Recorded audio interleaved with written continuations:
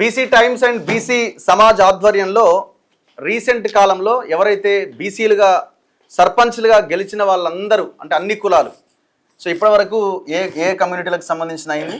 గంగిరెద్దుల, తమ్మలి, భట్రాజు, జోగి, చాకలి, మంగలి, కుమ్మరి, తర్వాత ఇప్పుడు బీసీ ముస్లిం. సో ఈ సామాజిక వర్గాలు ఏవైతే ఉన్నాయో దాదాపుగా బీసీల్లో ఉన్న అన్ని కులాలకు సంబంధించిన సర్పంచ్లు ఎవరెవరైతే ఆయా గ్రామాల్లో సర్పంచ్లుగా గెలుపొందారో కులాల వారీగా, సో కులాల వారీగా ఈ BC Samaj and BC times ఆధ్వర్యంలో అభినందన సభ అండ్ వాళ్ళని సన్మానించే కార్యక్రమం చేస్తున్నారు. చాలా కులాలది ఇప్పటి వరకు ఒక 10 కులాలకు చేశారు, ఇంకా నడుస్తున్నది.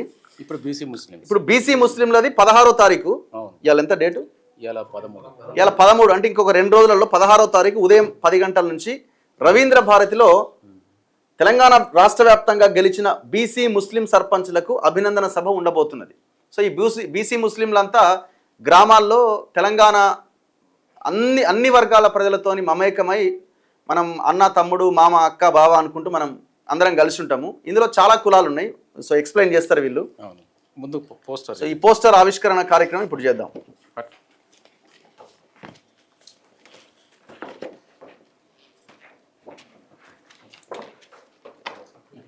మంచిగా పట్టు, ఉల్టా పట్టు, ఉదర్ బతా పట్టుకో మంచిగా.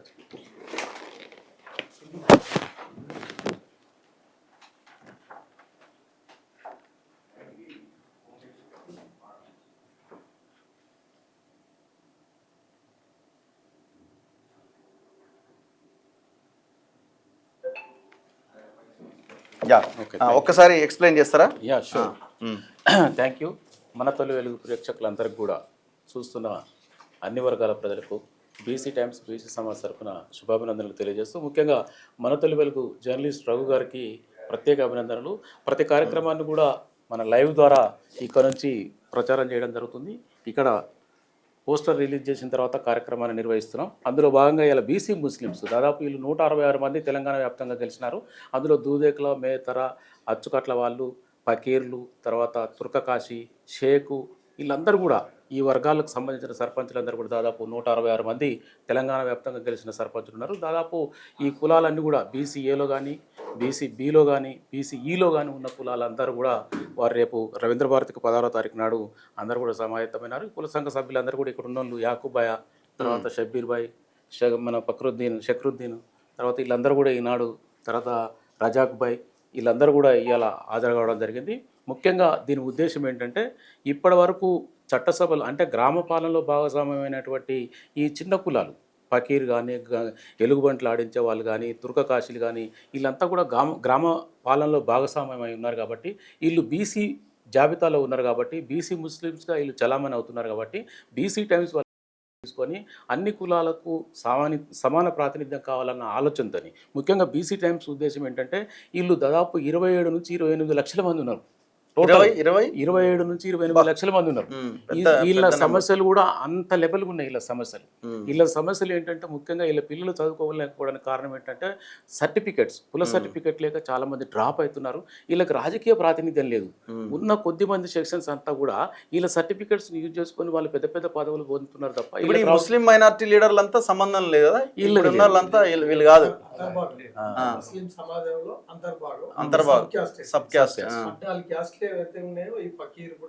వీళ్ళంతా బీసీలో ఉన్నారు. 4 క్యాస్ట్లు వచ్చేసి బీసీబీలో ఉన్నాం, వాళ్ళకేమో బీసీఈ వర్తింపజేసి దూదేకుల, నూర్ భాష, పింజారి, లదాఫ్ అనే పేరు మీద 4 సబ్ క్యాస్ట్లు ఏవైతే ఉన్నాయో వీటిని బీసీబీలో ఉండడం జరిగింది. అది బీసీబీలో ఎప్పుడు వచ్చినది, అది బీసీ జాబితా ఏర్పడ్డప్పటి నుంచి. బట్ కొన్ని కులాలు మెహతర్ కమ్యూనిటీ కూడా ఉంది బీసీఏలో. ఇవన్నీ చాలా వరకు వినపడని కమ్యూనిటీ. ఇప్పుడు బీసీఈలో వచ్చిన తర్వాత కూడా చాలా కమ్యూనిటీలు తీసుకుని కూడా వాళ్ళకి సర్టిఫికెట్లు ఇవ్వట్లేదు. ఇప్పుడు అచ్చుకట్ల వాళ్ళు ఉన్నారు, అచ్చుకట్ల వాళ్ళకి సర్టిఫికెట్ ఇవ్వాలంటే ఒక పెద్ద సర్కస్ చేయాల్సి వస్తుంది. ఎంఆర్ఓ కానీ వాళ్ళకి అవగాహన లేదు. అచ్చుకట్ల వాళ్ళు పోయి సర్టిఫికెట్ అడిగితే మీరేడుంటారు, ఇది ఎవరు కలిపారు, ఆయనకే ఉండదు. కాబట్టి ఆ రకమైనటువంటి సమస్యలు. ఇంకోటి ఏంటంటే, ఇంతమంది జనాభా ఉన్న చట్టసభల్లో ఇప్పటి వరకు ఇల్లు ఒక్కడు లేడు. 27 లక్షల మంది దాదాపు ఈ వర్గాల నుంచి జనాభా ఉంటే ఇప్పటి వరకు చట్టసభలో ముస్లిం మైనారిటీ నాయకులు ఎవరు లేరు. ఎవరు లేరు. అయితే ఇక్కడ గమ్మత్ ఏంటంటే, ఎవరైనా పెద్ద లీడర్ ఉన్నాడా మీ వైపు నుంచి? ఎవరన్నా ఒకరు అంటే రాజకీయాల్లో ఉన్న లీడర్లు ఎవరు లేరు, ఎవరు లేరు సార్. పేరు మోసిన ఆయన ఒక్క ఎమ్మెల్యే కూడా స్వతంత్రం వచ్చినప్పటి నుంచి ఒక్క ఎమ్మెల్యే కాదు, కనీసం కార్పొరేషన్ పదవి వచ్చిన ఆయన ఎవరన్నా ఎవరు లేరు సార్. ఎవరు లేరు. ఒక్కరు కూడా లేరు. ఓకే. బీసీబీలో కూడా 1950లో రిజర్వేషన్లు ఇచ్చిరు. ఇక అప్పటి నుంచి బీసీబీలో కొంతమంది రాజకీయంగా ఒకటి ఇద్దరు ముగ్గురు ఉన్నారు. కానీ బీసీఈలో మాత్రం అచ్చుకట్ల, అత్తర్ సాహెబులు, తుర్కకాష, బుడుబుక్కి ఫకీర్, గుడ్డెంగులు ఆడించే వాళ్ళు, పాములు ఆడించే వాళ్ళు, గంటా ఫకీర్, తుర్కకాష, సిద్ధి, యావాన్, ఇట్లా 14 తెగలు ఉన్నాయి. ఓకే. ఈ 14 తెగల నుంచి ఇప్పటి వరకు ఎలాంటి రాజకీయ ప్రాతినిధ్యం లేదు. లేదు. ఇప్పుడు ఎంతమంది గెలిచారు ఈ కమ్యూనిటీ? 166 మంది ఉన్నారా? 138 బీసీ నుంచి, తర్వాత నుంచి దూదేకుల నుంచి 25. ఓకే. మొత్తం కలిపితే దాదాపు పెద్ద ఫిగరే. పెద్ద ఫిగరే కదా, చాలా చాలా పెద్ద ఫిగర్. అయితే ఈ 30 ఏళ్ళ రిజర్వేషన్లు కల్పించిన 30 ఏళ్ళ నుంచి ఎప్పుడు కూడా మా రాజకీయ ప్రస్థానం ప్రారంభం కాలేదు.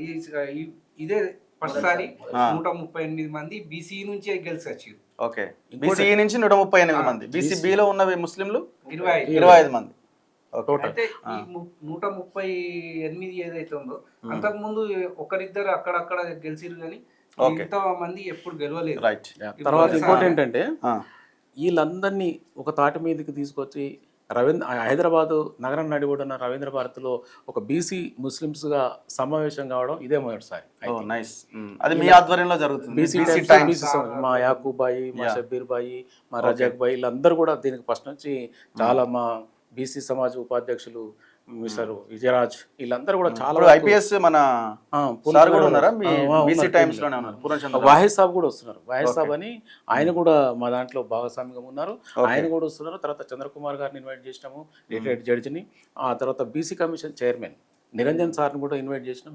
బికాజ్ ఆఫ్ ఈ వర్గాలకు సంబంధించిన బీసీ జాబితాలో ఉన్నటువంటి వర్గాలకు సంబంధించిన వాళ్ళకు టెక్నికల్ ప్రాబ్లమ్స్ ఉన్నాయి కాబట్టి ఆయన దృష్టికి రావాలని, అట్నే మీరు కూడా రావాలి, తప్పనిసరి రావాలి. ఈ వర్గాలకు సంబంధించినటువంటి మెసేజ్ని మీ ఛానల్ ద్వారా, మన ఛానల్ ద్వారా వాళ్ళకు న్యాయం జరిగే విధంగా మీరు కూడా కొంత చేయూతనివ్వాలని తప్పకుండా. సో ఇది చాలా గొప్ప ప్రోగ్రామ్ ఇది. ఎందుకంటే వాళ్ళని కనీసం సర్పంచ్గా గెలిచిన తర్వాత సన్మానించిన తర్వాత వాళ్ళని గుర్తించిన వాళ్ళు కూడా లేని పరిస్థితి. సో హైదరాబాద్ తీసుకొచ్చి ఇంత పెద్ద ప్రోగ్రామ్ ఏర్పాటు చేసి వాళ్ళని అభినందించడం.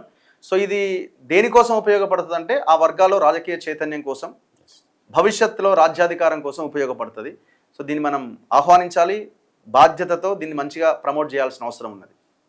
Thank you. 16వ తారీఖు యాకూబ్ సార్ ఒక 2 నిమిషాలు మాట్లాడదా?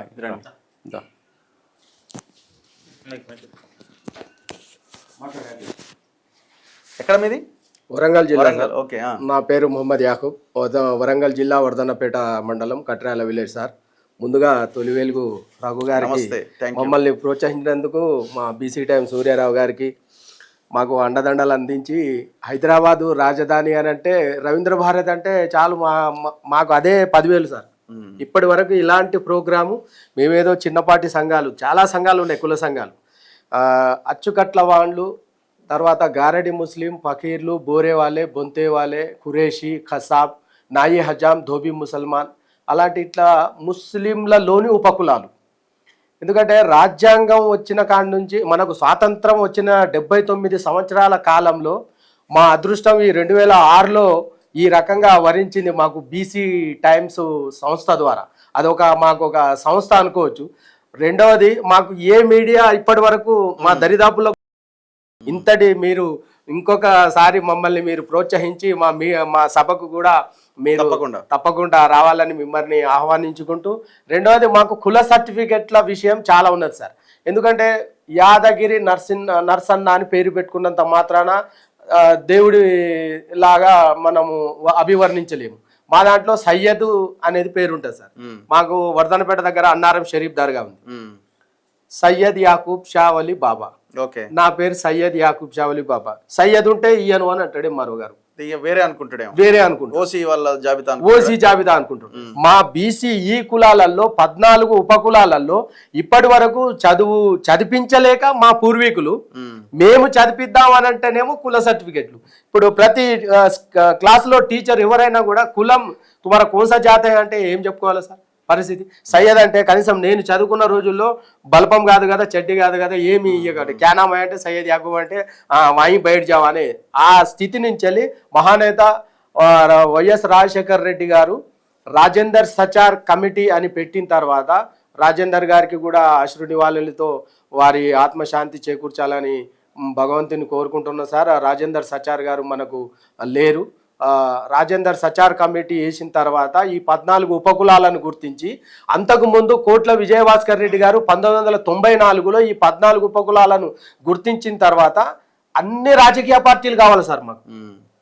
బీజేపీ అయినా పర్వాలేదు సార్, కాంగ్రెస్ అయినా పర్వాలేదు, బీఆర్ఎస్ అయినా పర్వాలేదు, వేరే ఎన్ని పార్టీలు అయినా పర్వాలేదు, కానీ మమ్మల్ని ఆదరించి మమ్మల్ని రాజకీయంగా ఎలాంటి ఉపయోగం లేని మేము ఓన్లీ ఓటు బ్యాంకుగానే మమ్మల్ని వాడుకుంటున్నారు తప్ప మాకు కనీసం నామినేటెడ్ పోస్టుల్లో కూడా మైనారిటీ ఫైనాన్స్ కార్పొరేషన్, సిక్కులు, బౌద్ధులు, జైనులు, పార్సీలు, క్రిస్టియన్లు, ముస్లింలు ఈ 6-7 ఉపకులాలను కలిపి మైనారిటీ ఫైనాన్స్ కార్పొరేషన్ పెట్టారు. దాని ద్వారా ఆన్లైన్ పెడతారు సార్. అది ఎప్పుడు ఆన్ అవుతుందో ఎప్పుడు బంద్ అవుతుందో తెలియదు. ఊర్లలో నాకు కనీసం 50 సంవత్సరాలు సార్, ఇప్పటి వరకు ఒక లోన్ రాలేదు అని అంటే ఇంకా వేరే గ్రామాలలోని పరిస్థితులు ఎట్లున్నాయి చూడండి. వేరే స్టేట్స్ లో కూడా సేమ్ సిచ్యువేషన్ ఉందా? వేరే రాష్ట్రాలలో కూడా సేమ్ ఉండొచ్చు. వేరే రాష్ట్రాల కూడా మీరు బీసీలోనే ఉన్నారు కదా, అక్కడ కూడా వేరే రాష్ట్రాలలో బీసీలో ఉన్నాం, బీసీలోనే ఎలాంటి సమస్య లేదు. యూపీలో ఉన్నాం, గుజరాత్ లో కూడా మీరు బీసీలోనే ఉన్నారు. ఎందుకంటే కొంతమంది మళ్ళీ వీళ్ళని తీసుకొచ్చినావు, మళ్ళీ వీళ్ళు అది ఇది అని అంటారేమో. గుజరాత్ లో కూడా వీళ్ళు బీసీలలోనే ఉన్నారు. మళ్ళా లెక్క తప్పొద్దు కదా. ఇలా ఆల్రెడీ టిక్ పెట్టిన 22 ముస్లిమే, 22 ఉపకులాలు అక్కడ ఉన్నాం. అక్కడ ఎలాంటి అభ్యంతరం లేదు. ఇక్కడ వచ్చి మా 14 తెగలు అత్యంత వెనుకబడి ఉన్నాం. మొన్న కులగణనలో కూడా 110, 111 సిబి స్కోర్ వచ్చింది. అంటే అంత పేదరికంలో ఉన్నా కానీ ఇది ఒక రాజకీయంగా ఒకటి చేయడానికి కానీ ఈ జీవో మీకు ఒకసారి రిలీజ్ అవ్వాలి. ఇదైతే ఒకటి ఇది రిపోర్టు. రెండవది కార్పొరేషన్, అప్పుడు తెలంగాణ ఏర్పడ్డ తర్వాత ఆంధ్రాలో సంచార జాతులకు ఆ కార్పొరేషన్ ఏర్పాటైంది. ఇక్కడ మేము అప్పటి నుంచి అడుగుతున్నాం కానీ ఇవ్వలేదు. ఇక్కడ వెల్మ కార్పొరేషన్ ఇచ్చిర్రు, ఖమ్మ కార్పొరేషన్ ఇచ్చిర్రు, స్థలాలు ఇచ్చిర్రు 5-5 ఎకరాలు. వాళ్ళ తక్కువ జనాభా కానీ వాళ్ళకి ఇచ్చిర్రు. మేము అత్యంత వెనుకబడి ఉన్నాము. ఆల్రెడీ అన్ని రిపోర్ట్లు, కాంగ్రెస్ రిపోర్ట్ కానీ ఏ ప్రభుత్వం అయినా రిపోర్ట్లు అన్నీ ఉన్నాయి. అన్నిట్లలో మేము వెనుకబడే ఉన్నాము. రెండో దాంట్లో ఏముందంటే సుధీర్ కమిషన్లో 68% మంది అప్పుల్లో ఉన్నారని ఉన్నది రిపోర్ట్లో. అయినా మా కార్పొరేషన్ ఏర్పడి వాళ్ళకి ఎందుకు తగులుతలేదంటే మీరు ఆ స్థాయిలో వాళ్ళని మా వల్ల మీరు ఓడిపోతారనే భయాన్ని మీరు కల్పించలేదు. 10% బీసీలో ఉన్నాం మేము. మా ఓట్లతోటే గెలుస్తుంది కదా ఏ ప్రభుత్వం వచ్చినా.